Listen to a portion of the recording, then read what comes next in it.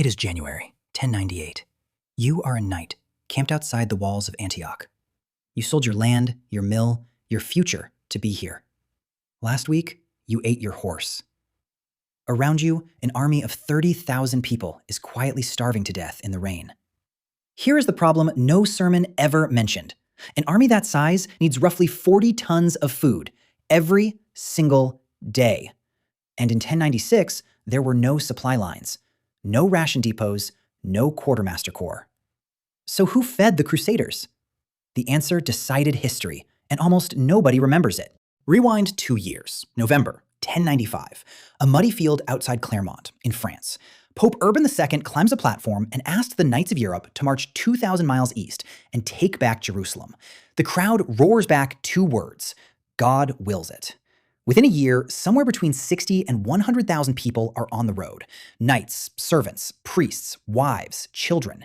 And here is the detail that should stop you cold. Nobody, anywhere, was in charge of feeding them. The plan fit on the back of your hand. Buy food where you can, beg it where you must, and take it where you are strong enough. The first wave showed the price of getting this wrong. In spring 1096, a barefoot preacher called Peter the Hermit set off early with a vast crowd of poor pilgrims, months before the harvest they were counting on even existed. When the money ran out in the Balkans, they started taking. Markets became riots. Riots became massacres. By October, most of them were dead, cut down just past Constantinople. Hungry, leaderless, and out of food. Feeding yourself, it turned out, was the first battle. The main armies, the armies of the princes, found a better answer, and it came from the man history usually paints as the Crusades' rival, Alexios Komnenos, Emperor of Byzantium.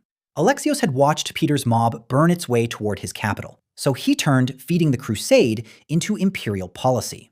Along the roads to Constantinople, his officials opened markets, ready grain at fair prices for any army that behaved and kept moving. In return, the princes knelt and swore him an oath. We remember the kneeling. We forget what it bought: bread. At Nicaea, the Crusades' first great siege, the emperor's grain kept the camp alive, while his boats sealed the lake. The first victory ran on Byzantine food. Then the army turned inland, into Anatolia, in the middle of summer, and the markets ended. The Turks ahead of them emptied the land on purpose. Crops burned, wells blocked, villages abandoned. The horses died first, not in battle, from heat, thirst, and hunger, by the hundred. A priest in that column, Fulcher of Chartres, wrote down what happened next. Knights rode into war on oxen. Goats carried the baggage. So did sheep. So did dogs. This was the finest cavalry force Europe had ever assembled, and it was walking. What pulled them through the mountains beyond was not a miracle. It was other Christians. Armenian towns in the hills of Cilicia opened their gates and their granaries, some as allies, some as merchants, all as the difference between living and dying. Because here is the brutal arithmetic of a medieval army. It can carry only a few days of food, and it eats everything within a day's walk of the road. Then that land is empty. A moving army survives. A stopped army starves. And at Antioch, the army stopped. October 1097, Antioch. Walls studded, the chroniclers claimed, with 400 towers. Far too strong to storm. So 30,000 people sat down outside to wait. The first weeks were a feast. It was harvest time, and the valley was full of grain, fruit, and fat livestock. They ate like there was no tomorrow. Nobody rationed, nobody counted the weeks. By Christmas, the valley was stripped bare, and the cruel joke of siege warfare revealed itself. The people starving in Antioch were not the ones inside the walls. That winter, food prices went insane. Chroniclers say a single donkey load of grain sold for 7 or 8 gold pieces. A fortune for a night. Impossible for the poor. The poor pulled thistles from the frozen ground and ate them barely cooked. One chronicler reckoned that 1 in every 7 Crusaders starved to death that winter. Of thousands of war horses that had left Europe, perhaps 700 still stood. Foraging parties rode 50 miles out and came back with nothing. Some never came back at all. Even Peter the Hermit broke and ran for home. They caught him and dragged him back to the siege. So who saved them? Look at the coast. 10 miles away lay a small harbor, St. Simeon, the port of Antioch. In November, a fleet from Genoa dropped anchor there, 13 ships carrying food, tools, and craftsmen. In March, an English fleet followed, hauling grain, rope, and timber for siege machines. And all through the siege, from Cyprus, the exiled Patriarch of Jerusalem kept sending shiploads of food, raised from monasteries and churches. This is the answer nobody puts in the paintings. The Crusades stayed alive because sailors, merchants, and monks kept a thin line of grain moving across the sea. The 10-mile road from the port became the deadliest supply run in the world. Men fought pitched battles over sacks of flour. In June 1098, the Crusaders finally got inside Antioch, not by hunger, but by bribing a guard on the wall, at night. 4 days later, a vast relief army under Kerbaga of Mosul surrounded the city. The besiegers were now the besieged. And Antioch's storerooms were already empty. This famine was worse than winter's. Men boiled shoe leather and old saddles. They dug roots. They chewed the dried skins of animals. So, starving, half of them on foot, they threw open the gates and charged an army far larger than their own, because dying in battle beat dying of hunger. And somehow, they won. Kerbaga's coalition cracked and scattered.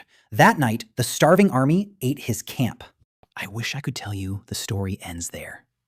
It doesn't. In December 1098, at a town called Ma'ara, the famine caught them again. And this time, some crusaders crossed the last line a human being can cross. Their own chroniclers admit it. Some of the starving cut flesh from the bodies of the dead and ate. There is no way to soften that, and the men who wrote it down did not try. Hunger had turned holy warriors into something they no longer recognized.